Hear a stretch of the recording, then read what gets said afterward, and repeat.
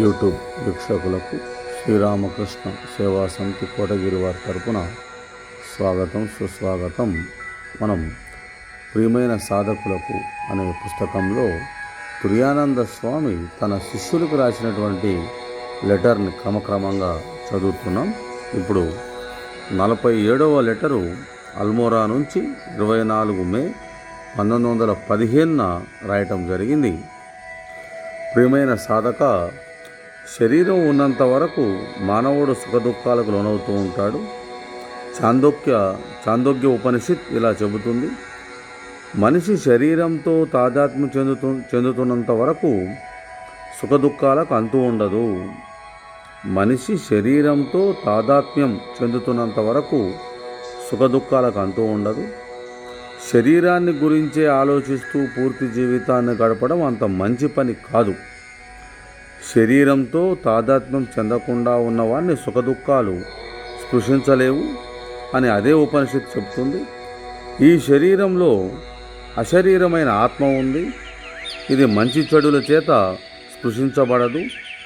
నేను ఈ శరీరాన్ని అన్న భావనలో లీనమవడం వల్లనే మనిషి సుఖదుఖాలకు లోనవుతున్నాడు.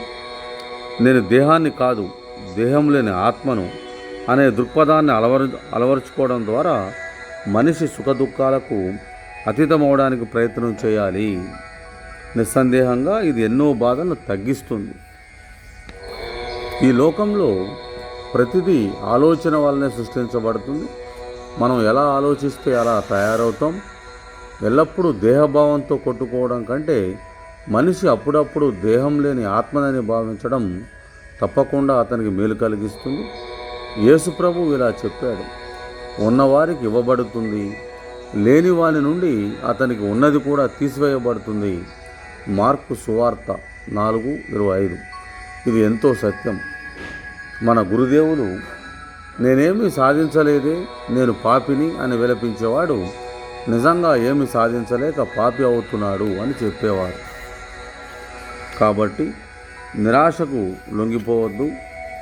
దానికి బదులు నేను భగవన్నామాన్ని జపిస్తున్నాను, నేను ఎందుకు భయపడాలి, భగవత్కృప వల్ల నా కష్టాలన్నీ మటుమాయమవుతాయి అనుకునే స్వభావాన్ని అలవరుచుకోవడానికి ప్రయత్నించు. జై జగజ్జనని అనుకుంటూ ఆమె చింతనలో నిమగ్నుడై ఉండు. ఆ విధంగా శక్తిని పొందుతావు. సోమర్తనానికి లొంగిపోతే ఆ సోమర్తనమే కొనసాగుతుంది. పైకి లేవడానికి నీ సంకల్ప శక్తిని ఉపయోగిస్తే నీ సోమర్తనం పారిపోతుంది. నీ శరీరం యొక్క కదలికలే నీకు మరింత శక్తిని కలిగిస్తాయి. మనిషికి గొప్ప ఉత్సాహం కావాలి.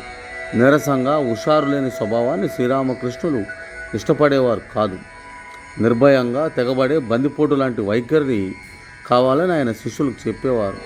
అదే పద్ధతిలో వివేకానంద స్వామి విసుగు చెందకుండా అనేక సార్లు ఇలా ఉద్బోధించారు, లేవండి, మేల్కొనండి, గమ్యం చేరేదాకా ఆగకండి, భయపడవద్దు, భగవాన్ని ప్రార్థించు, ఆయన అన్నింటినీ అనుకూలంగా మారుస్తాడు, ఆయన ఏమి పరాయివాడు కాదు, ఆయన మనవాడు, మన ఆప్తుడు అని నీ హృదయాంతరంలో గుర్తెరిగి ఆయన ప్రార్థించు. సర్వం చక్కబడుతుంది. ఈ దేహం అశాశ్వతం, కానీ భగవానుడు శాశ్వతమైన వాడు. నీవు ఆయన నీ సొంతవానిగా చేసుకోవాలి. ఎన్నడూ అధైర్యపడకు. నీ మానసిక శక్తినంతా కూడా తీసుకొని అన్ని వేళలా భగవంతుని చింతన చేయి. అందరికీ ఆయనే శరణ్యం. నేను సంపూర్ణంగా ఆయనకు అర్పించుకొని శాంతచిత్తంతో ఉండు. అన్ని భయ ఆందోళనలు వాటంతట అవే వదిలిపోతాయి. ఒక నూతన శక్తి నీ హృదయంలోకి ప్రవహిస్తుంది. జై భగవాన్. ప్రేమ శుభాశిస్సులతో తుర్యానంద.